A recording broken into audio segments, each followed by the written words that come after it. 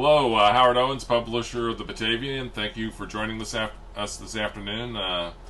We have Michael Bromley, the athletic director of Batavia High School, on the line right now. I've been wanting to talk to him, really for the last month because right as we enter state championships for the winter season, we go into this lockdown. It's obviously affecting spring sports, so we're going to find out kind of how this is. Hold on. Operator error.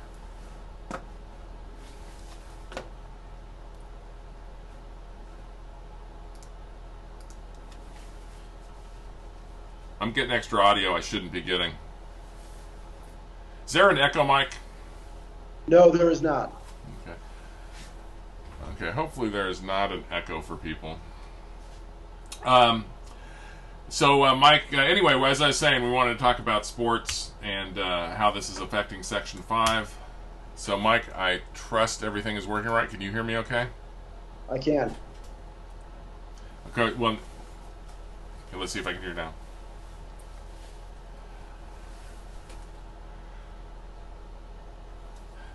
So I'm going to have a hard time hearing you a little bit because I'm getting a delay on the sound. So, Michael, first of all, let's talk about winter sports being washed out and kind of the students handled that. I know it was right at the end of we were already kind of in state championships, but I think it did affect some teams, correct? Yeah, well, it did not affect any of our teams or any of our students. We were actually done with the winter season. We had students that participated in states in gymnastics, indoor track and field, wrestling, and swimming, and they were able to all compete in their state championship. The people that were affected, I believe, were the boys and girls basketball and the ice hockey. Unfortunately, we didn't have teams that were participating in that, but I know some of our local teams like Pembroke, Kelmum, and Elba all had teams that were still going. So that was a really tough time for them, not knowing, what the future looked like, and then getting the call that they could not participate anymore. That was tough on their communities, their coaches, and their kids.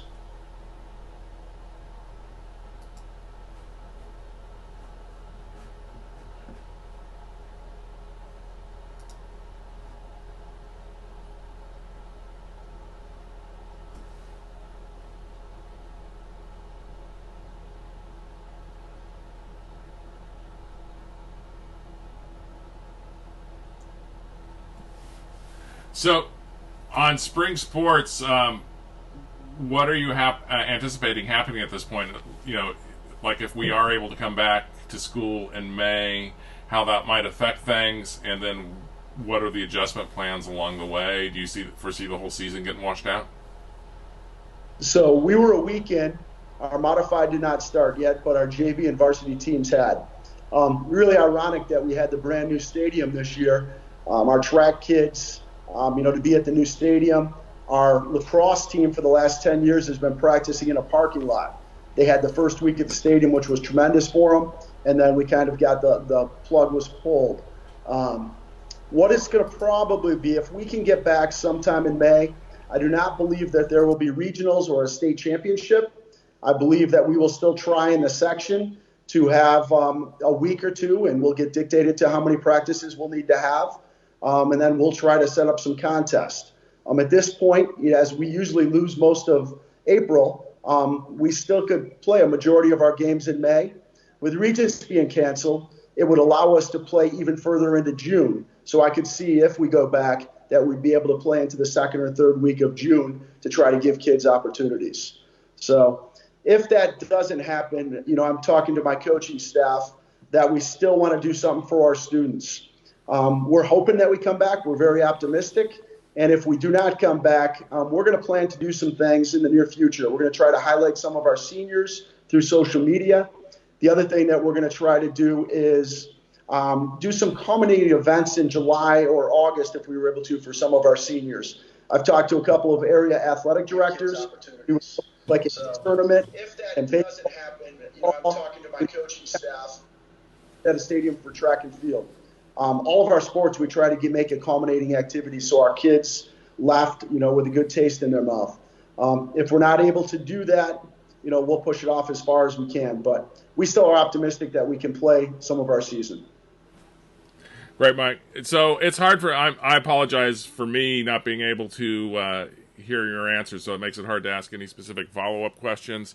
I will tell you, I just checked on the iPad. It sounds like what our audience is hearing is fine. The echo isn't coming through, but I'm getting echo on my end for some reason. The With the need for social distancing, what should student athletes be doing, especially in state team sports, to stay ready? Kind of what are the recommendations to be ready? So there's been a lot of resources that we've put out. We use Twitter. Coaches use it. I put a lot of information out there. A company called Bigger, Faster, Stronger has put 4 weeks of workouts on there. A lot of them that don't take barbells and weights and things, but are more body weight. A lot of movement type things. I know my coaching staff is in constant contact with our athletes. They are giving them different workouts that they can do so they can do it when they're ready. You're right. Individual is going to be a little bit easier because they can work on that individual skill. Team sport going to take a little bit while to get back, but I'm sure some of the kids, our baseball, softball, are still able to play with the family members. We are encouraged social distancing. We unfortunately, had to close Vendetta Stadium earlier because of all the people that were there. Not something we wanted to do, but that's something we felt like we needed to do in our community to keep people safe.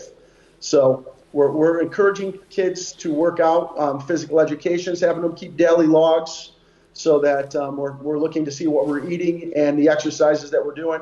And coaches are also doing the same. So we think that we've remained in contact with our students, and hopefully they come back, maybe some of them in better shape than when they left. That's great.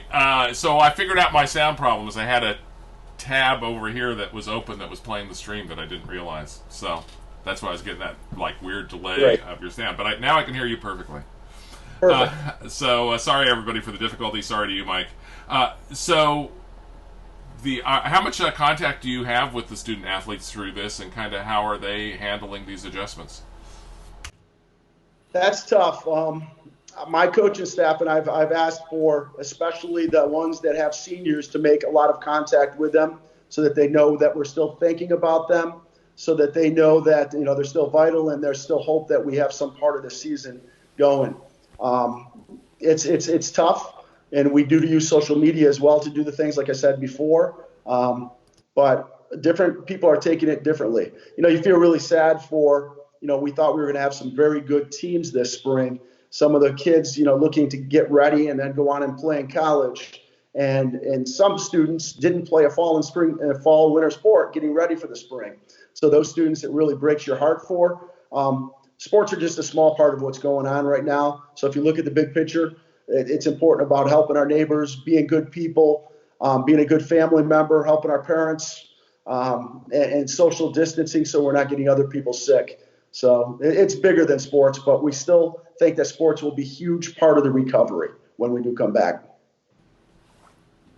I'm sure a lot of people, at all levels of interest in sports are looking forward to things getting back together. Just throw you as a general sports question. We were discussing some friends last night that Major League Baseball's talking about playing without fans in Arizona.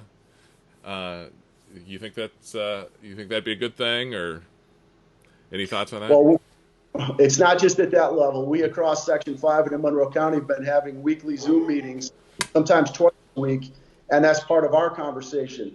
If we are able to come back, are we going to be able to have fans?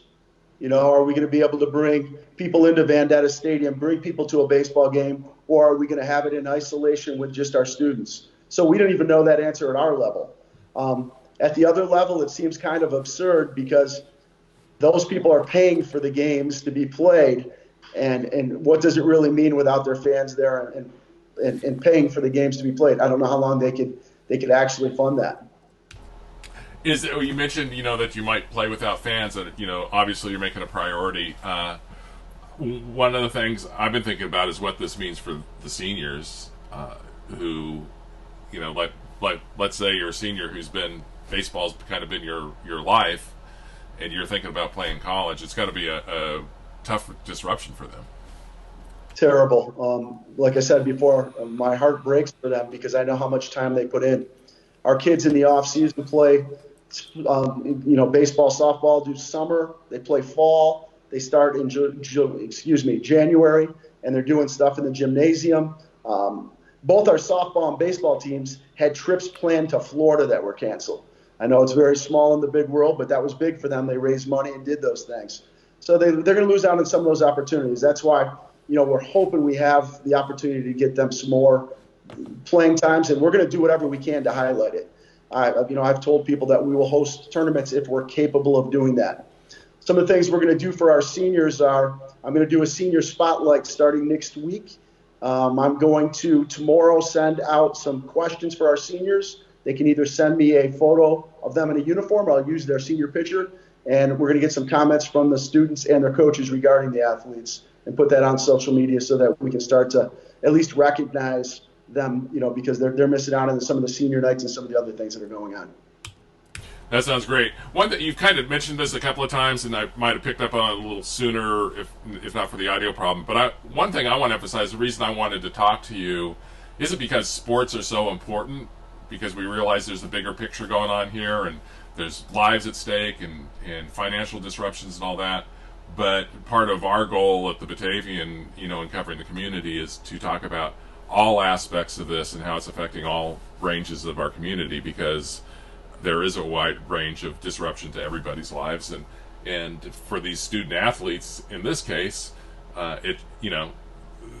their academic life's being interrupted, but for them, sports is a big part of their life, and for some of these kids moving on to college and university and doing other things with their life are tied up into their sports. So I just wanted to emphasize why I thought it was important to talk to you. Yeah, it's really important. You've probably seen some of the things that we did. We originally, Brennan Briggs, our football coach, tried to do things to help the community, and then we realized that was kind of hard and potentially putting kids at risk, so he used some of his older athletes to help. Our district, I think, has done a great job with food on Monday, Wednesdays, and Fridays. I'm trying to help out the community. Our teaching staff and administration has worked really hard to try to get a lot of schoolwork and resources, on Google Classroom, and given packets to many families. We're trying to make it as normal as possible, even though it's not. Like, those are the important things. The health of everyone are the important things. But once again, you hit it on the head. Sports is big for people, and I think that can help our community recover at some point. Good. I appreciate your time, Mike. Is there anything else you want to add? Nope, just appreciate the coverage you always give us, and thanks, and look forward to seeing you on the fields again. Great. Well, I'm looking forward to getting back out there, and hopefully we get some of the baseball season in. That'd be great to see.